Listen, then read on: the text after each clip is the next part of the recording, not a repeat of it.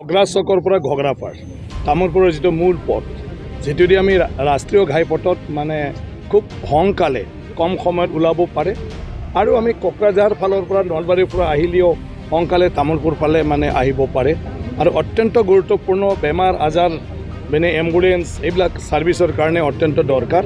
এই ৰাস্তা খুবেই জৰাজীৰ্ণ অৱস্থাত আছে, গতিকে ইয়াত ৰাইজে মোক এই 2-3 দিনত বহুত মানে চবে অনুৰোধ কৰিছে যে যিকোনো প্ৰকাৰে মূল কামটো যদিও সময় লয় তথাপিও বৰ্তমানটো যাতে অলপ গাড়ী মটৰ চলিব পাৰে, কাৰণ বৰষুণত পানীয়ে ভৰ্তি হৈ থাকিলে ইয়াত থকা মানে যিবিলাক আপোনাৰ খাল আছে কি আছে দেখা নাপায়, এক্সিডেণ্ট হয়। সেইদিনা বোলে কাৰোবাৰ হাতো ভাঙিছে কিবা কৰিছে আৰু সেইটোৰ কাৰণে মই মুখ্যমন্ত্ৰী ডাঙৰীৰ লগত আলোচনা কৰি পেলাই এইটো মানে কি কয় ৰাস্তাটো মেৰামতি কৰাৰ কাৰণে এটা মানে ঠিক কৰিছোঁ আৰু মুখ্যমন্ত্ৰী ডাঙৰীয়াই এতিয়া নিৰ্দেশ দিলে যে এতিয়াতো ইলেকশ্যন, গতিকে ৰাস্তাটো এতিয়াৰ পৰাই মানে কিবাটো কৰক, মেৰামতিৰ কামটো কৰি থাকক আৰু আমি মানে খৰালি দিন অহাৰ লগে লগে বাৰিষাৰ দিনৰ পিছত মূল কামটো কৰিব পাৰিম। আৰু এতিয়াৰ পৰাই মই এতিয়া নোট দিব দিছে চিফ মিনিষ্টাৰে, মানে আছাম মালাত ধৰা হয় না মুখ্যমন্ত্ৰী মানে পকী পথ মানে যোজনাত দিয়া হয় তাত দি দিব, যিকোনো কীৰ্তনত দিব। এতিয়া আমাৰ চবৰ কাৰণে ভাল কথাটো হ'ল যে আজিৰ পৰা এই ৰাস্তাৰ মেৰামতি আৰম্ভ হ'ব আৰু মানে আমি চলিবৰ কাৰণে মিনিমাম এইখিনি ব্যৱস্থাটো এতিয়া এই মানে অহা যোৱাৰ কাৰণে হৈ যাব আৰু লগে লগে মূল পথৰ কামটোও হৈ যাব। গতিকে মই ভাবোঁ সেইটোৰ দ্বাৰা এই ৰাইজৰ দৈনন্দিন সন্মুখীন হৈ থকা মানে সমস্যাটো অলপ হ'লেও সমাধান হ'ব। নলবাৰী পাৰ্টটো আছাম মালাত অলৰেডি হৈছে, কিন্তু আমাৰ তামোলপুৰ সমষ্টিৰ পৰা প্ৰায় 12 কিলোমিটাৰমান ৰাস্তা আমাৰ সেইটো মানে অন্তৰ্ভুক্ত নহ'ল মানে আগতে।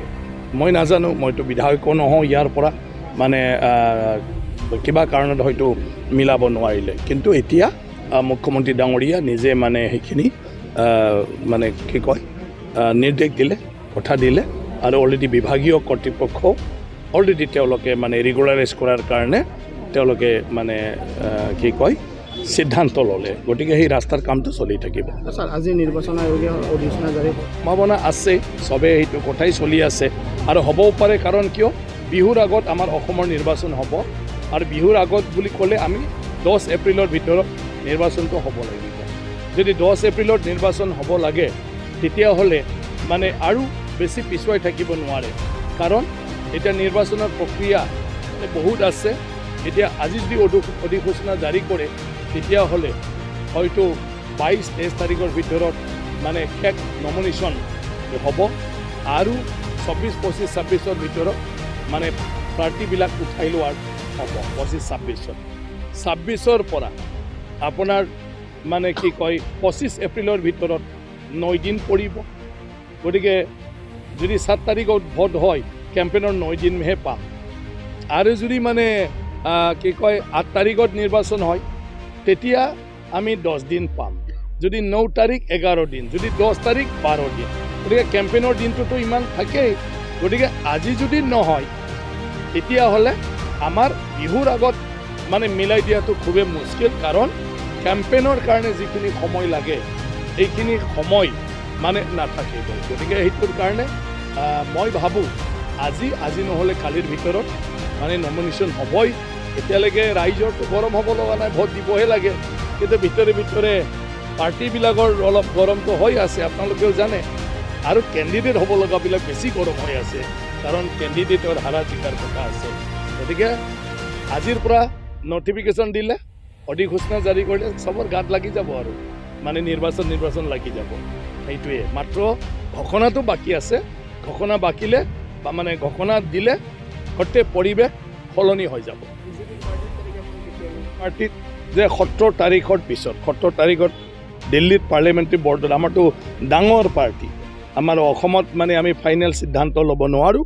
গতিকে ৰাষ্ট্ৰীয় দল, গতিকে সেইকাৰণে দিল্লীলৈকে যাব লাগিব। গতিকে দিল্লীলৈকে 17 তাৰিখটো ফাইনেল বুলি কৈছে, তো ডেফিনেটলি 17 ৰাতি নহ'লে 18 তাৰিখত মানে বিজেপিৰ তালিকাটো হয়তো ওলাই যাব। ইতিমধ্যে মুখ্যমন্ত্ৰীয়ে কৈছে না, এইটোতো নেতাসকলে ক'ব। এতিয়া ৰিহন দৈমাৰী ডাঙৰীয়া BPF, আৰু আনফালেদি আমাৰ মুখ্যমন্ত্ৰী ডাঙৰীয়া বিজেপি হৈ পেলাই কৈছে গতিকে আমিতো সদায় ভাবোঁ যে লিডাৰবিলাকে মানে কি কয় যিটো ফাইনেল হ'ব সেইটোৱেই ক'ব গতিকে মুখ্যমন্ত্ৰী ডাঙৰীয়া আমাৰ লিডাৰ তেখেতে যি কৈছে আমি ভাবোঁ সেইটো নিশ্চয়কৈ হাগ্ৰামা মহিলাই ডাঙৰীয়াৰ লগত মানে কথা পাতি মানে ফাইনেল হৈছে বুলি আমি ভাবোঁ এপছুৱেদি নাই চবটো সামাজিক কাম কৰা মানুহবিলাক ৰাইজৰ যদি কাম কৰে তেতিয়াতো ৰাজনীতিত যাবই লাগিব আৰু ৰাজনীতিত নহ'লে ভলণ্টিয়াৰলি কাম কৰি থাকিব লাগিব দুইটাই আছে অপশ্যন তুমি পাৱাৰত থাকি ৰাইজক কিবা এটা চৰকাৰী আঁচনিবিলাক কৰাই দিবা না বোলে তুমি ৰাইজৰ সদায় সহায় কৰাৰ কাৰণে ঘৰ বাৰী এৰি পেলাই কাম কৰি থাকিবা গতিকে ৰাস্তা সেইটোৱে সামাজিক কাম কৰা মানুহৰ গতিকে ৰাজনীতিও এটা মানে সমাজৰ কাম কৰা গতিকে দীপেন বড়ো ডাঙৰীয়া আজি ৰাজনীতিত আহিছে মই শুভেচ্ছা জনাইছোঁ তেওঁ যাহাতে জীৱন্ত ৰাজনৈতিকভাৱে মানে দায়িত্ব লৈ ৰাইজক সেৱা কৰি থাকিব পাৰে যেনেকৈ ছাত্ৰ সন্থা সাধাৰণতে কৰিছিল গতিকে সামাজিক কাম কৰা মানুহবিলাক ৰাজনীতিয়ে এক ৰাস্তা বাকী সাধু সন্তৰ নিচিনা বহুত ৰাস্তা আছে সেইটোও কৰিব পাৰে কাকো একো কৰি দিব নোৱাৰিলেও মুখেদি বিভিন্ন ধৰণৰ মানে জ্ঞান মানুহক দি মানুহক জীৱন্তত মানুহে মানে ভালদৰে চলিব পৰা দিহা পৰামৰ্শ দিও সামাজিক কাম কৰিব পাৰে